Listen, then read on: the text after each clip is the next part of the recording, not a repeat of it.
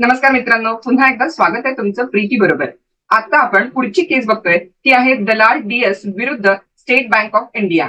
काय झाले बघा या केसमध्ये. स्टेट बँक ऑफ इंडियानं एका रिकव्हरी दाव्यामध्ये म्हणजे पैसे वसुलीच्या दाव्यामध्ये एक मिस्टर सिंग, हे मिस्टर दलाल डीएस आणि आणखीन एक ऍडव्होकेट अशा तिघांच्या फर्मला रिकव्हरी सूटमध्ये म्हणजे वसुलीच्या दाव्यामध्ये बँकेनं वकील म्हणून अपॉइंट केलेलं आहे. आता त्या संदर्भातले जे काही सगळे कागदपत्र आहेत ते स्टेट बँक ऑफ इंडियानं काय केले सांगा तर दलाल डीएस यांच्याकडे आणि दोघांच्याकडे दिलेले आहेत तिथं. पुढे दलाल डीएस यांनी ही जी सूट आहे ती सूट हायकोर्टामध्ये दाखल केली रिकव्हरीची म्हणजे वसुलीची सूट दाखल केली. पण हायकोर्टानं त्यांना त्या दाव्यामध्ये काही ऑब्जेक्शन्स काढून दाव्यामध्ये दुरुस्ती करून परत फाईल करा, रिफाईल करा म्हणून कागदपत्रांनी सगळे जे दाव्याचे संबंधित डॉक्युमेंट होते ते परत दिले. पण दलाल डीएस यांनी परत ती सूट फाईल केलीच नाही.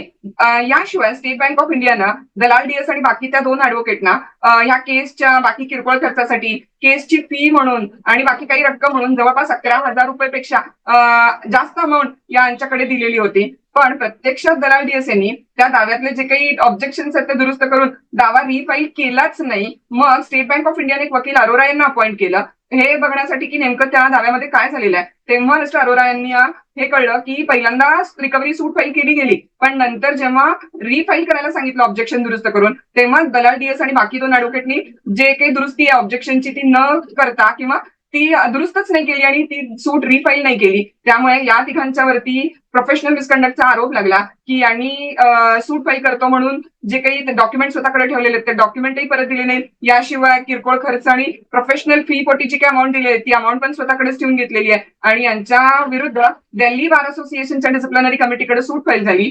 दिल्ली बार असोसिएशनची जी डिसिप्लिनरी कमिटीकडे झालेली कंप्लेंट आहे ती 1 वर्षात पूर्ण न होऊ शकल्यामुळे कंप्लेंट ट्रान्सफर झाली बार काउन्सिल ऑफ इंडियाकडे. बार काउन्सिल ऑफ इंडियाच्या डिसिप्लिनरी कमिटीकडनं यांना प्रोफेशनल मिसकंडक्टसाठी लायबल धरलं आणि यांचं नाव ऍडव्होकेटच्या यादीतून रिमूव्ह करण्याची पनिशमेंट यांना दिली.